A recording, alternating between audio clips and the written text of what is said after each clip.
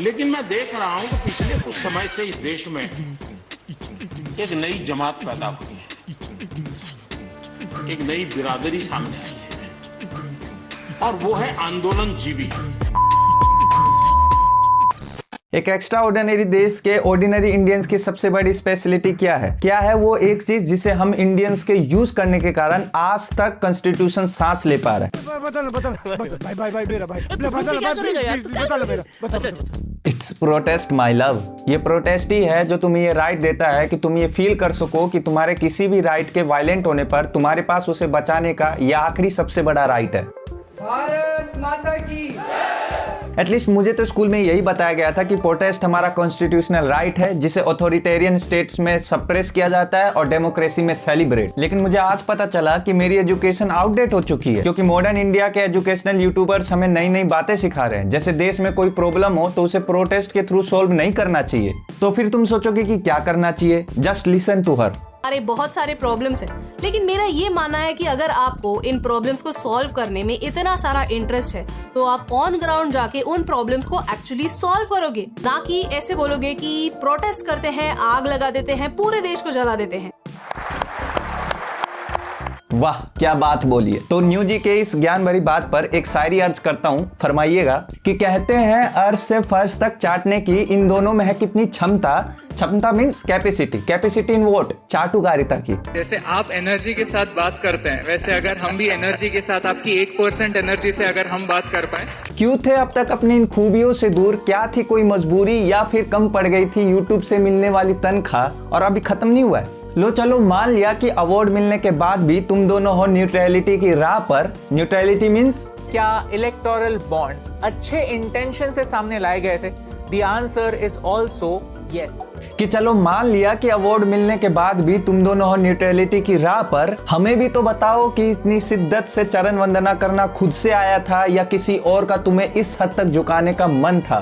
क्या बात है सर, क्या बात है सर, क्या बात, ये बात है। बाय द वे जब मैंने ये स्टेटमेंट सुना तो मुझे क्या सबको लगा कि कोई इतनी स्टूपिड बातें कैसे कर सकता है, क्योंकि एज अ रिस्पॉन्सिबल सिटीजन अपने कॉन्स्टिट्यूशनल राइट को यूज करके प्रोटेस्ट करना, वो भी तब जब सरकार हमें और हमारी मांगों को वेस्ट समझे, प्रॉब्लम सॉल्व करने की तरफ पहला कदम है, राइट। बट फिर मुझे हमारे गृह मंत्री जी की एक रिसेंट ऑर्डर की जानकारी मिली और फिर मुझे लगा कि स्टूपिड वो नहीं, स्टूपिड हम है, क्योंकि हो सकता है कि इस ऑर्डर के बाद नियर फ्यूचर में हम कोई प्रोटेस्ट कर ही ना पाए। सो हुआ ये कि जुलाई के लास्ट वीक को अमित शाह जी ने BPRD यानी bureau of police research and development, जो मिनिस्ट्री ऑफ होम अफेयर्स के अंडर एक फंक्शनल बॉडी है, उसे 1974 से लेकर अब तक हुए सभी मेजर प्रोटेस्ट को इन्वेस्टिगेट करने का ऑर्डर दिया। अब इनिशियल फेज में मेरी तरह तुम्हें भी लगेगा कि सरकार इस इन्वेस्टिगेशन के थ्रू प्रोटेस्ट के पीछे जो सोशल प्रॉब्लम है उन्हें आइडेंटिफाई करना चाहती है, वो प्रॉब्लम इवॉल्व कैसे हुई उसके रीजन को जानना चाहती है, ताकि नियर फ्यूचर में उन प्रॉब्लम्स को पहले ही सॉल्व किया जा सके। बट आई वाज रॉन्ग,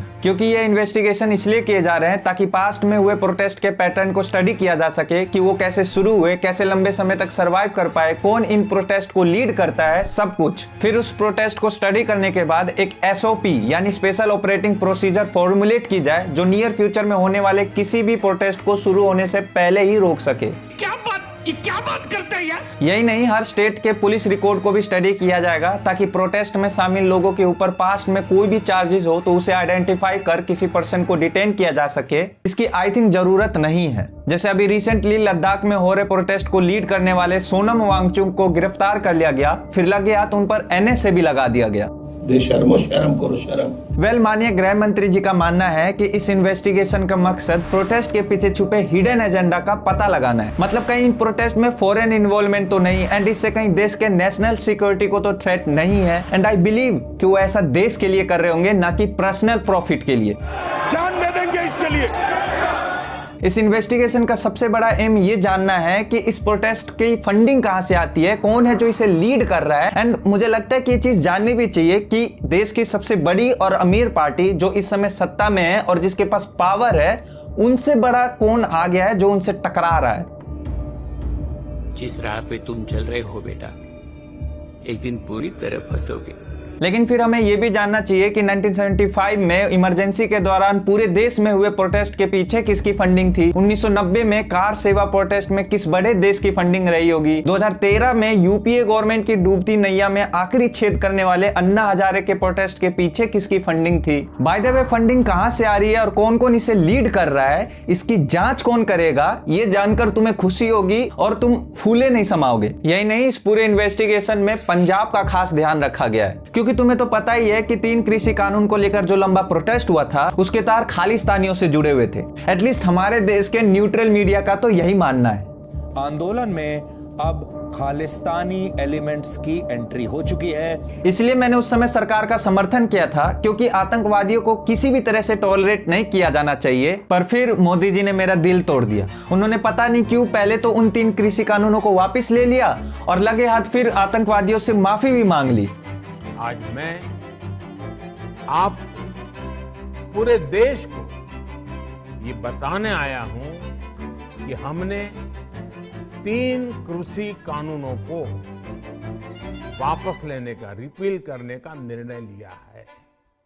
तो अब तक तो तुम्हें पता चल ही गया होगा कि इस इन्वेस्टिगेशन में कितने लूप होल्स है और इसका कैसे मिसयूज किया जा सकता है। पर फिर भी अगर तुम्हें समझ नहीं आया तो बता दूं कि प्रोटेस्ट हमेशा गवर्नमेंट के खिलाफ होती है, उनके सर्विसेज और पॉलिसीज को लेकर होती है, ना कि देश के खिलाफ। कॉन्स्टिट्यूशन के फंडामेंटल राइट के आर्टिकल 19A जो freedom of speech and expression का राइट देता है, जिसे गवर्नमेंट एक्शन के अगेंस्ट हम यूज कर सकते हैं। इसी तरह आर्टिकल 19B हमें शांतिपूर्ण आंदोलन करने का राइट देता है। सो प्रोटेस्ट करना हमारा कॉन्स्टिट्यूशनल राइट है। पर यहाँ तो जिनके खिलाफ प्रोटेस्ट हो रहे हैं वही डिसाइड करने वाले हैं कि प्रोटेस्ट जेन्युइन है या नहीं। स्टिल मैं इस इन्वेस्टिगेशन के सपोर्ट में खड़ा होता अगर इसमें उन पुलिस ऑफिसर्स की भी जांच शामिल होती जिनकी प्रोटेस्ट को रोकने के दौरान अनह्यूमैनिटेरियन एक्शन की वजह से लोगों की मौतें हो जाती हैं। तो अगर जांच करनी भी है तो 1974 से लेकर के अब तक पुलिस के लाठी चार्ज के दौरान हुई मौतों की केसेस को रीओपन करना चाहिए। ओ सॉरी, उसके लिए तो केसेस दर्ज भी होनी चाहिए। और सिर्फ पुलिस ही क्यों, बड़े लेवल के अधिकारियों और नेताओं पर भी इन्वेस्टिगेशन होनी चाहिए। जैसे फार्मर प्रोटेस्ट के दौरान एक मंत्री जी के सुपुत्र ने किसानों को F1 रेस का ट्रैक समझकर रौंद डाला था। और ये तो वो केसेस है जो